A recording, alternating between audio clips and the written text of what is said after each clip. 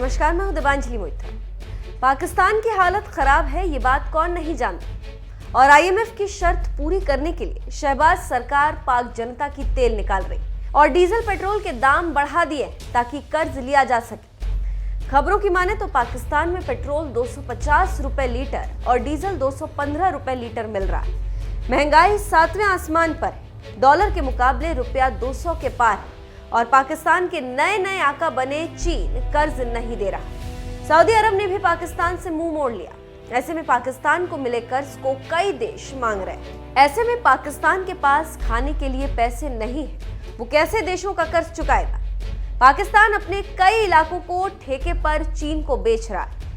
अल Arabia post की माने तो काराकोरम नेशनल मूवमेंट के अध्यक्ष मुमताज नगरी ने आशंका जताई है कि पहले से अलग थलग और उपेक्षित गिलगिट बाल्टिस्तान ग्लोबल पावर्स के लिए भविष्य में युद्ध का मैदान बन सकता है। उन्होंने आशंका जताई है कि पाकिस्तान गिलगिट बाल्टिस्तान क्षेत्र को चीन को सौंप सकता है। रिपोर्ट बताती है कि पूरी तरह से पाकिस्तान सरकार और सैन्य नियंत्रण के बावजूद भी पाकिस्तान के लिए इस तरह का कदम उठाना आसान नहीं होगा।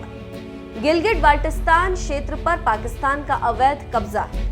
जानकारों का मानना है कि अगर पाकिस्तान गिलगिट बाल्टिस्तान क्षेत्र को चीन को सौंपता है तो ये ड्रैगन के लिए वरदान साबित होगा। रिपोर्ट्स बताती है कि इस कदम से इस्लामाबाद को एक मोटी रकम मिल सकती, जिससे मौजूदा आर्थिक संकट से निपटा जा सकता। जानकारों की माने तो पाकिस्तान चीन से लगातार कर्ज लेकर अर्थव्यवस्था चला रहा है। 22 जून को भी पाकिस्तान ने चीन से $2.3 मिलियन का कर्ज लिया।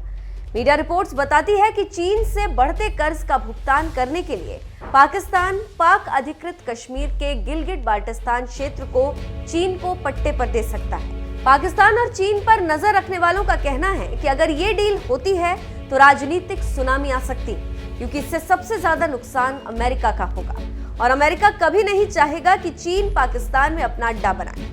आपको याद हो तो इमरान सरकार से अमेरिका ने बेस बनाने के लिए अड्डा मांगा था, लेकिन इमरान खान ने इनकार कर दिया था। और अगर अब चीन के लिए पाकिस्तान ये करता है तो कोहराम मचना लाजमी। आपको जानकारी देते चले कि गिलगिट बाल्टिस्तान की आबादी लगातार घट रही, क्योंकि लोग पलायन करने को मजबूर। पाक मीडिया की माने तो पाकिस्तान में होने वाली आत्महत्याओं से 9% गिलगिट बाल्टिस्तान में होती। गिलगिट बाल्टिस्तान में औसतन 2 घंटे बिजली मिलती, क्योंकि ये पाकिस्तान के राष्ट्रीय ग्रिड का हिस्सा नहीं है। इसके साथ ही साथ गिलगिट बाल्टिस्तान का जल विद्युत या अन्य संसाधनों पर कोई नियंत्रण नहीं।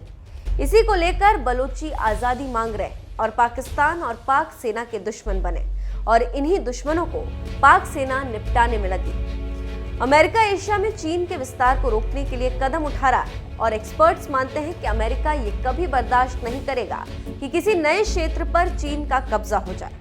अमेरिका खुद चीन पर नजर रखने के लिए बलूचिस्तान और गिलगिट बाल्टिस्तान जैसे क्षेत्रों पर नजर रखे हुए है। अमेरिकी कांग्रेस से जुड़ी बॉब लैंसिया का मानना है कि अगर गिलगिट बाल्टिस्तान भारत में होता और बलूचिस्तान आजाद होता तो अफगानिस्तान में अमेरिका की स्थिति नहीं होती। इसके साथ ही साथ भारत ने भी गिलगिट बाल्टिस्तान को आजाद कराने का वादा किया है और दुनिया भर में बलूची हर महीने कहीं ना कहीं किसी न किसी फोरम पर प्रदर्शन करते रहते हैं और पाकिस्तान की करतूत को उजागर करते रहते हैं। और अब इसी तरह की घटना सामने आई। देखना होगा कि बलोची क्या करते हैं और इसका कितना असर होता है। इसके साथ ही अमेरिका और भारत इस पर क्या सोचते हैं, क्योंकि दोनों को मालूम है कि उनका दुश्मन एक है और वो है चीन।